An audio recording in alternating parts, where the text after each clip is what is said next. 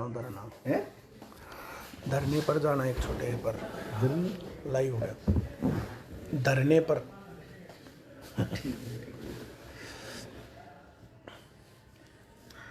Good morning भाई सब लोगों को, नमस्कार।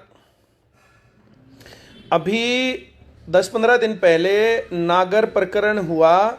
एचएसएससी, एचपीएससी और हरियाणा बोर्ड के पेपरों में पैसे लेकर के पास करवाता था। एचसीएस की भर्तियां, अभी हरियाणा पुलिस की भर्तियां, हरियाणा कांस्टेबल की, हरियाणा एसआई फीमेल की और हरियाणा फीमेल कांस्टेबल की भर्तियां अभी प्रोसेस में चल रही हैं। इन भर्तियों के साथ डेंटल डिपार्टमेंट में उस आदमी ने नौकरी लगवाने के लिए पैसे ले रखे थे। एचएसएससी, एचपीएससी के हेड ऑफिस में करोड़ों रुपए मिले, उसके साथ उसके घर पर रुपए मिले। तो क्या ये प्रकरण छोटा सा है या बहुत बड़ा प्रकरण है? बात ये है, इस बात के लिए हम लोगों ने 10, 12, 15 दिन वेट किया कि सरकार क्या काम करती है। जिस प्रकार से ये धांधलेबाजी पहले भी हुई है, उसी प्रकार से धांधलेबाजी ये भी पकड़ी गई है और अलग अलग प्रकार से गलत आदमियों को सरकार इसमें घुसाती रहती है। कभी पेपर लीक होता है, कभी पेपर जो है आउट होता है। अब हमें तो पता नहीं लीक और आउट क्या जो है वो बना रखा है, लेकिन लीक हो या आउट हो दोनों एक ही चीज है। उसके बाद कभी सीटर बैठे मिलते हैं, कहीं जो पर जो है ये अब जो है जैसे नागर प्रकरण जो है, अब इससे आगे क्या कहना रह जाता है और क्या जो कसर रह गई। एसआई के अंदर, हरियाणा पुलिस एसआई के अंदर अगर 400 आदमी है टोटल सीट, तो 400 में से उसने 200-300 आदमी नहीं लगवा दिए होंगे, इसका क्या कहोगे? आईसीएस से कुछ बच्चे सिलेक्ट होते हैं, कुछ बच्चों ने हमें फोटो दे दिए, तो कुछ बच्चों ने फोटो देने के बाद जो है ये 10%, 20%, 30%, कितने परसेंट फेयर सिलेक्शन हुआ और हम लोग भी ढिंडोरा पीटते रहे और बाकी लोग भी पीटते रहे। और बाकी लोग जो है जो इस प्रकार से बैकडोर एंट्री से लग जाते हैं। इसके ऊपर कल हमारी रोहतक में मीटिंग हुई थी, रोहतक में बातचीत हुई थी, उसमें कई लोग आए थे।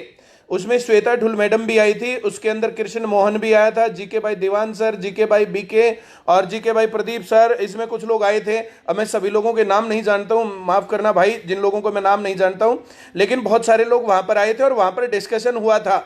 इस बात पर 100% एग्रीड कौन नहीं है कि भाई नागर ने पैसे लिए? इस बात से कौन मना कर सकता है कि नागर ने पैसे लेकर के बैकडोर एंट्री से लोगों को लगवाया? अब जब ये प्रकरण सामने आया है, तो ये प्रकरण सामने आने के बाद शांति से बैठना चाहिए या इसके ऊपर आवाज उठाई जानी चाहिए? एसआई की 400 भर्तियां हैं और 200-300 आदमी इसने गलत तरीके से लगवा दिए होंगे, तो उन बच्चों का रोना बिल्कुल जायज है ना, जो लोग लगातार रो रहे हैं। देखो 26 तारीख और 13 तारीख वाले मसले के ऊपर मैं बिल्कुल सहमत नहीं हूं, वो तो चलो भाई मामला जो भी था, नॉर्मलाइजेशन के मसले से भी मुझे दिक्कत नहीं, चलो जो भी था। लेकिन नागर प्रकरण के बाद आप लोग कैसे कह सकते हो कि भर्तियां फेयर हैं? और उस मामले को जो ना पकड़ा नहीं गया। कल न्यूज़पेपर में खबर थी कि 20 दिन हो गए, 20 दिन से ना तो कोई गिरफ्तारी हुई है और 20 दिन से ना कोई पूछताछ जारी है। अब जब इस प्रकार से कुछ भी हो ही नहीं रहा है, तो फिर आप क्या कहोगे? इस प्रकार के भर्ती घोटालों के ऊपर ऐसे ही मिट्टी डलती रहेगी अगर तुम लोग चुपचाप रहोगे तो। भाई तुम लोगों ने बच्चों साथ दिया था, तब जो है ये फेयर सिलेक्शन की बात आई थी और ये फेयर सिलेक्शन इस दूसरी टर्म में इस पर जो है संशय है, लगातार बातचीत जारी है। पेपर लीक हुए हैं, ग्राम सीयू का पेपर लीक हुआ, कैंसिल हुआ, पुलिस का पेपर लीक हुआ, कैंसिल हुआ, अब तक जो है भर्तियां पेंडिंग है।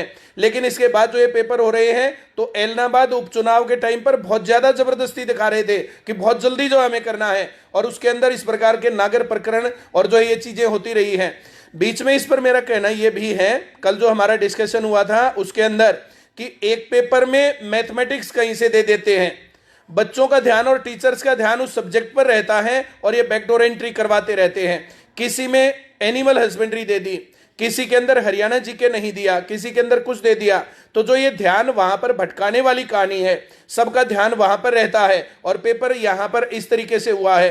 तो मेरा और वहां पर जितने टीचर आए थे उन सभी का मानना यह था कि हम लोगों को बहुत जोरदार तरीके से इसके ऊपर आवाज उठानी चाहिए।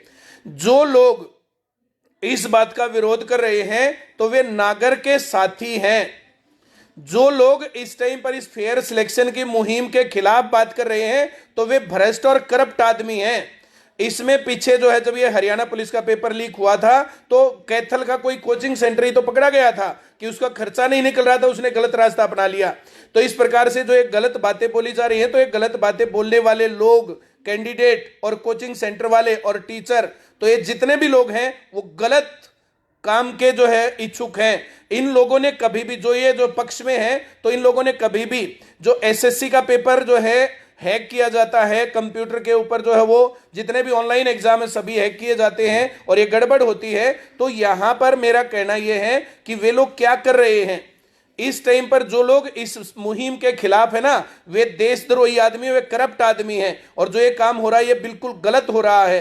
तो मेरे जो है ना सशक्त बात है ये, सशक्त, जिसको जो कहना कहता रहे, मैं कि बिल्कुल नहीं डरता। आप लोग ट्रोल करना चाहो बिल्कुल कर सकते हो ट्रोल, मुझे इस बात से कोई लेना देना नहीं है।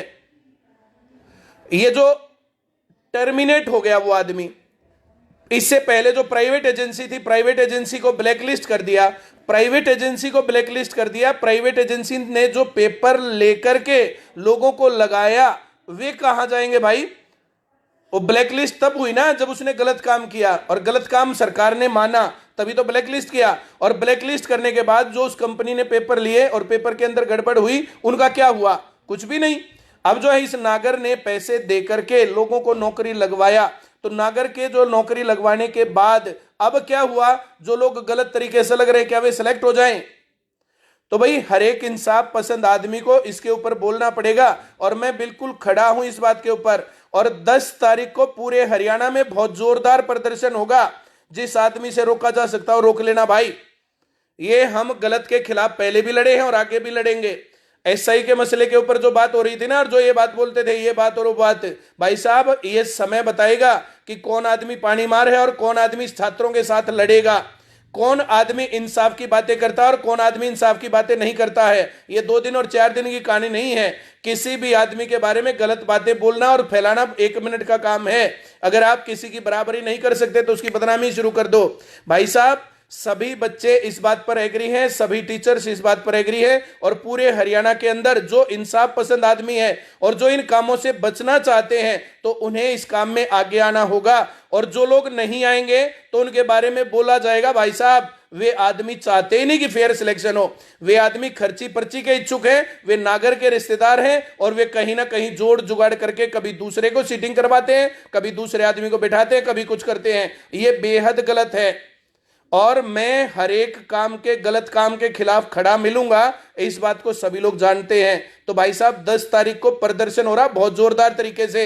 चाहे तुम लोग बड़े बड़े लेटर लिख लो, चाहे छोटे छोटे लेटर लिख लो, तुम्हारे जैसे लोगों की बिल्कुल ना नमस्ते चाहिए और ना तुम्हारे जैसे लोगों से हम लोगों को वो चाहिए इज्जत, बिल्कुल नहीं चाहिए भाई साहब इज्जत। अगर हम सही काम करेंगे ना तो हमारे बच्चे हमारी इज्जत करते हैं, हमें दिल के अंदर रखते हैं, हमें सर आंखों पर बिठाते हैं। जो ये घटिया आदमी है, घटिया आदमियों की इज्जत हमें बिल्कुल नहीं चाहिए। दोनों टाइप के लोग अगर जो है ना आपकी इज्जत करें, घटिया आदमी भी और सही आदमी भी, मतलब आपकी बात में कहीं ना कहीं दिक्कत है।